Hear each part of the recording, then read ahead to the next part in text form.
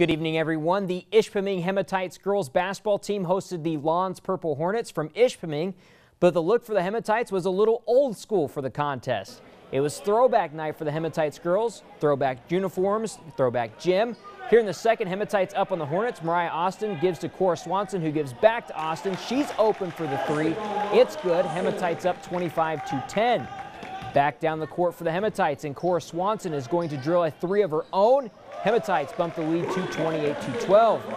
Purple Hornets, though, they were trying to work the height advantage down low. Alexis Francis spins and fires for two. 28-14 Hematites. Hematites, though, they were on fire from three. Swanson will get another open look in the corner. She hits another one. She finished with 14. Ishpeming cruises victory 71-37 to the boards. Calumet wins a close one over Houghton, 46-42. Menominee wins a close one over Kingsford as well, 52-49. Iron Mountain defeated Manistee 54-39. Riley Tutor of Iron Mountain had 19, but the Emerald's Allie Nag led all scores with 21. The Munising Mustangs defeated the Bark River Harris Broncos 43-31. Hancock grabs a road victory over West Iron County 55-32. Pertilly scored 20 and Sabas scored 25 for the Dogs. No score was reported from Ewan and Baraga. The Jeffers Jets grabbed a victory over the Chassell Panthers 47-30. Dollar Bay defeated Watersmeet 59-34. Dollar Bay's Carly Davatilla scored 21 points in the win. Out to Gladstone. Gladstone hosting Escanaba in the Delta County rivalry. And the third, the Eskimos get a game-tying basket from this Emily Lefebvre to Haley Waters basket. And the Eskimos come from down 11 to tied at 31. Moments later, though, Gladstone's Hardwick out to Edwardson, who drains the three, 34-31 Braves. Gladstone's went on to a 21-5 run to end the game. Alyssa Pauley is part of that run with this layup. Gladstone goes on to beat Escanaba by a final score of 52-36. Back to the boards. The Lakes of Lakeland and Hubble defeated Republic Michigami 60-16. The North Dickinson Nordics defeated the North Central Jets 51-46. Kimberly Pekarik scored 24 points in the win. Stevenson defeated Kearney NATO 62-49. The Eagles' Carly Johnson had 24 points, 11 steals. Kelsey Johnson had 11 points, 13 rebounds. And Tori Wangeren had 14 points and 11 rebounds. No score was reported for Min-Pid and Rapid. And St. Ignace defeated Brimley 64-15. In high school gymnastics, the Negaunee Miners gymnastic team remains undefeated after their win over Marquette, 120.65 to 91.4. The Miners will travel to Grand Rapids next month for regional competition.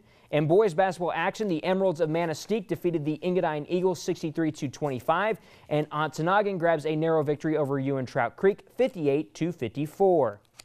Well, the Negaunee Miners hockey team hosted the Lawns Purple Hornets, and after one period it was tied at 1. That would change just 36 seconds into the second period. Ethan Pattinson gets the puck near the blue line, and he rifles it past the goaltender to put the Hornets up 2-1. He would have another one of those later on in the game, and that would actually be no final score actually reported from that game, but it did at one point. It was 3-1 in favor of the Purple Hornets. Well, the NMU women's hockey team may be a club team, but this season has been one of the team is very proud of. In part one of our series with the Wildcats, I traveled to the Barry Event Center for a very late but usual practice with the team. While most people are winding down at 11 o'clock at night, the NMU women's hockey team is at the Barry Event Center getting ready for practice. This is a typical Tuesday night, 11 to 12:30.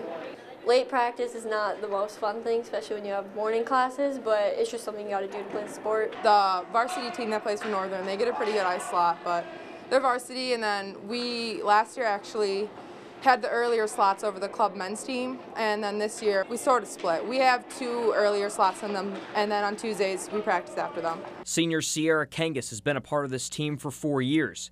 Not only is she on the team, she also functions as the team president while still making time to be a student. I deal with a lot of players that send emails that want to know information about the team and are really interested in coming to Northern. So it's kind of the part of the recruiting process, trying to keep people interested. I also do a lot of the scheduling, trying to get refs. After a late practice, the team still has to find time to study and get up for class the next day.